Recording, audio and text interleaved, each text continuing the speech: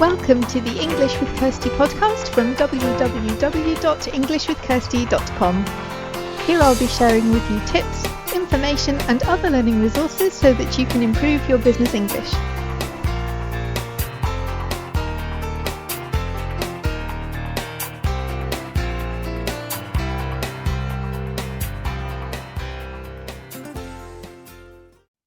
Hi everyone and welcome back to the English with Kirsty podcast. I have a short solo episode for you today because I've just come back from my holiday and I have a few reflections on time and how I manage mine and what we say when we don't have enough of it, because sometimes it means different things. So yeah, I had a nice week in Wales, lots of nature, lots of sheep, lots of walking in the countryside, and it was very relaxing. I tend to not go away in the summertime like everyone else, but I usually wait a bit and then do something in September or October. And yeah, this week I had a lot of free time, lots of possibilities of how to use my time.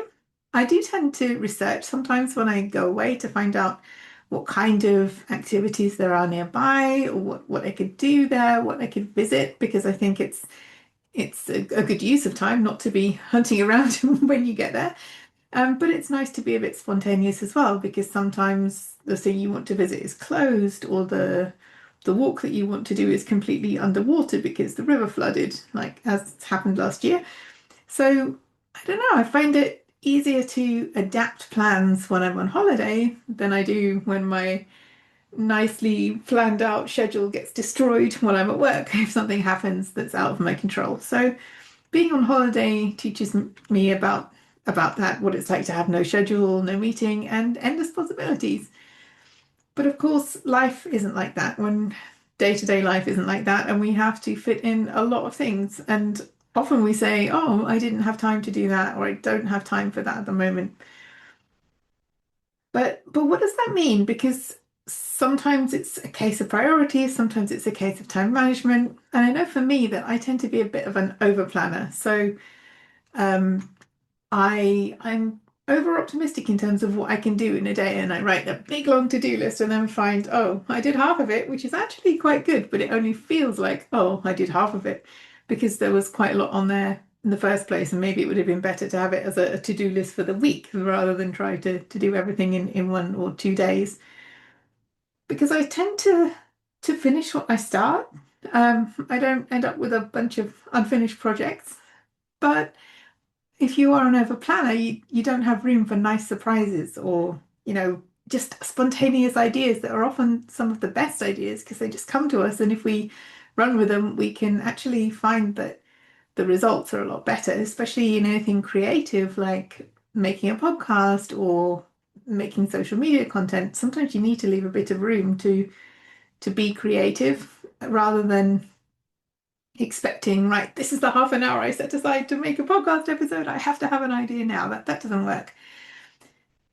But I've tried to manage my time a bit differently this week, and it's been good. It's been a lot. I felt a lot calmer. I've enjoyed some activities that I usually find a bit more of a challenge, and yeah, it's working. But this whole thing, thinking about time, made me think about I don't have time and what that actually means. So for me, it can mean all kinds of things. I don't mean when we genuinely don't have time because we have a deadline and we have to work really hard because there's a lot to do. I don't mean that kind of don't have time for a very specific reason. I just mean generally. So sometimes it means I don't want to. I mean, how many times have you said, oh, I can't come to whatever because I don't have time? And that really means I don't want to. I can't think of anything more boring than attending whatever or spending time at a place that I really don't want to be. So sometimes I don't have time just means I don't want to, but you can't really say that, or it wouldn't be very polite to say that you don't want to come to someone's party because you don't like any of the people there. You just say you don't have time, and yeah, that's fine. So sometimes it's an excuse because we don't want to do something.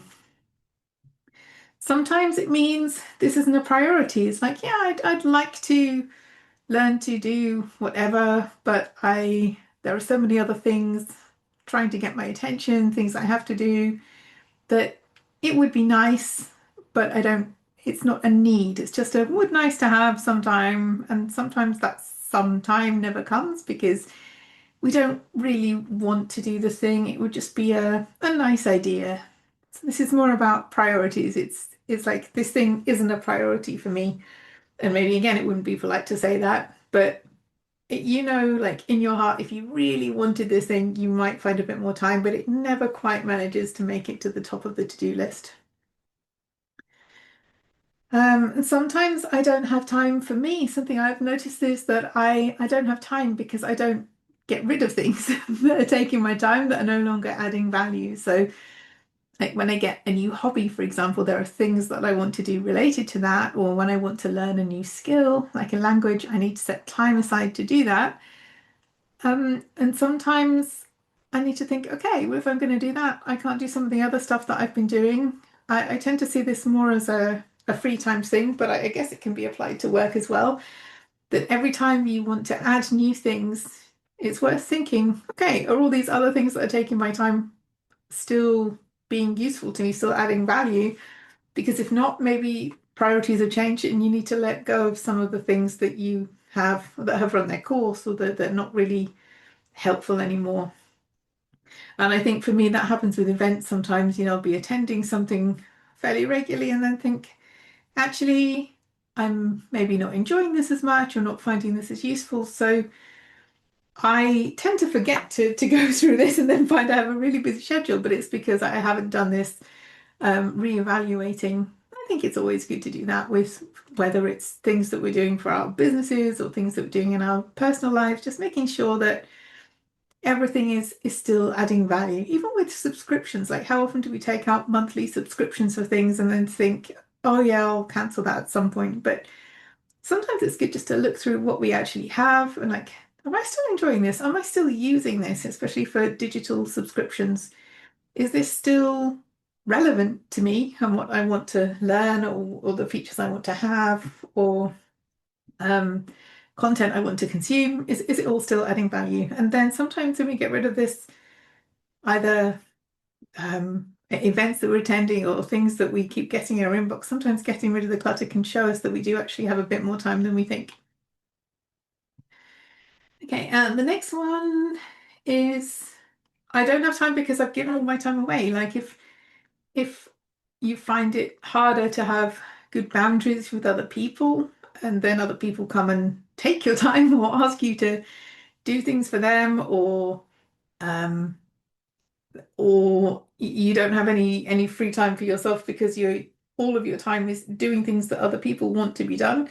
I know obviously there's some element of this if you have caring responsibilities, if you have children, like we don't all just exist as single individuals with no responsibilities to anyone. That's not how life works. But I think sometimes when you we don't have such good boundaries with certain people, there are people who will take more and more and more of our time. And that can be challenging because it means that time is a resource. We only have so much of it that if somebody um in friendships as well, it can be that somebody just wants us to always have time and we don't always have time, and then that can be a reason you don't have time because you don't have good boundaries around your time. And I'm not talking about the people whom you love and whom you're caring for. I'm talking more about in a business context, for example, when things should take an hour and somehow it took 3 or 4. Like we all have an opportunity to set boundaries around the time that we have to make sure that nobody is taking time that could be used for other things, and especially on a regular basis. I'm not talking about like a one-off thing. I mean, if there are situations where somebody is regularly taking up all of your time and it's not working for you. So that's what I mean about boundaries around time because you've given it away or not kind of had your eye on how it's being used. And the last one is like not setting aside time. You don't have time because you didn't plan something in. So sometimes if it's really important, then the best thing is to to schedule it. Like I schedule going for walks now and they're in my diary. They don't always happen at the time that I put them in, but they're there because I want to do something for me physically. I want to get outside. I want to enjoy, well, maybe not today because we're having a storm at the moment, but enjoy the nature, enjoy some fresh air, take a walk. And it's really important. But if I didn't put it in my diary, it wouldn't happen. And I know that. So I put it there and then it comes up on my calendar and I think, oh yeah, I need to go for a walk. And most days, at some point in the day, it gets done now because it's there in the diary.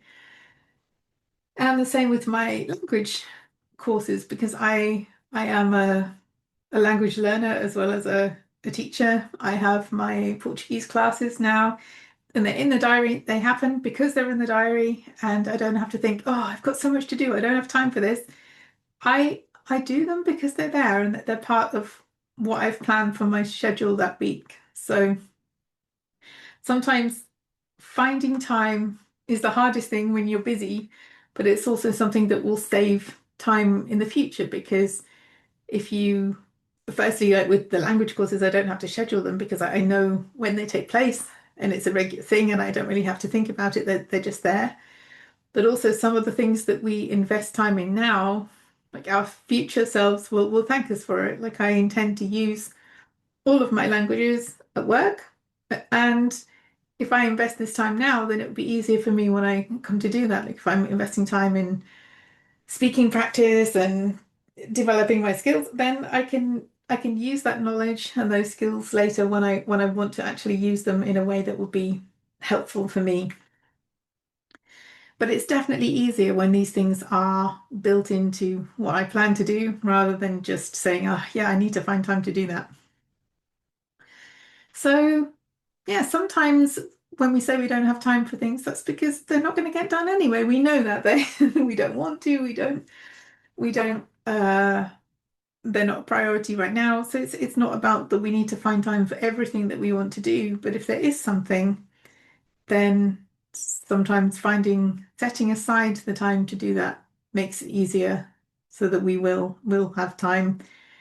And sometimes smaller blocks is better as well. So half an hour to do, I don't know, write some social media posts twice a week is probably easier than a longer period. I know people like to batch, but if you start with something really ambitious, you're less likely to keep to it. The same with languages. If 10, 15 minutes a day is better than 3 hours at the weekend because it's coming back to something, making it a habit. And then, okay, if you miss one, it's not the end of the world. You just carry on. But it's about finding time in the time that we have to do the things that are important to us. So if working on your spoken English is something that you'd like to find time for, I do have a number of different programs available. Some are once a month. So if you just want an hour once a month, we have the Conversation Club.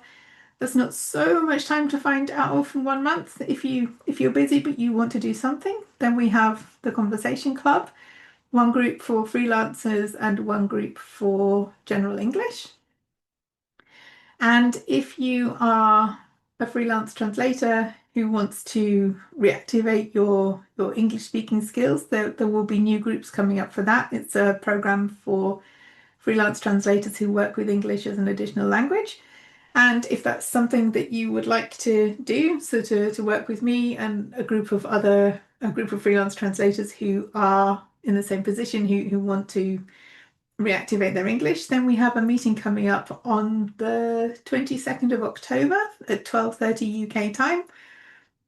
And so you're welcome to join us there. I'll add the link. And if you're listening to this podcast after that time, so after the 22nd of October 2025, then I'll add my LinkedIn profile anyway, because I'm always posting new events there about, what we're doing and when new courses are running. So the best way is to either connect with me on LinkedIn or on my website. I have a newsletter that comes out every 2 weeks, approximately, around twice a month. And so that's the best way to find out about any new groups or courses or events that are happening. And there's also, for language professionals, there's also the networking. There's something on most weeks in terms of networking. That's not language training, but it's an opportunity to speak, to get to know new people, and to share ideas and tips with others. So there's always something going on. And if you are looking for ways to use your English more actively, then signing up for things that are already happening, already being organised is a good way to do that, because you find out when they are, and if you can, you attend. So it's not so much about organising, it's about seeing what's available and what works with your schedule. So, what's the biggest reason when you say, I don't have time? What is it for you?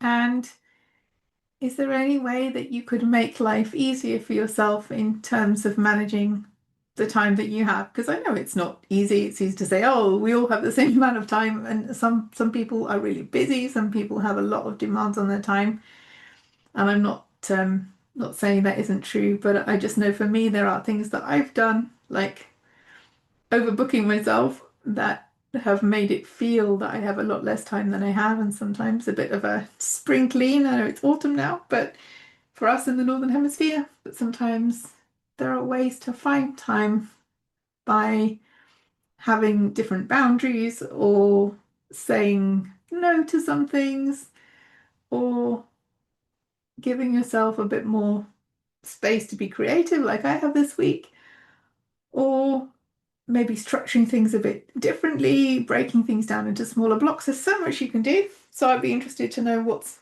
working for you as well. Have a great week and have fun with your languages. I hope you enjoyed this episode of the English with Kirsty podcast. If you have any questions or comments, my email address is kirsty@englishwithkirsty.com, or you can go to www.englishwithkirsty.com/podcast, where you'll find information about the individual episodes.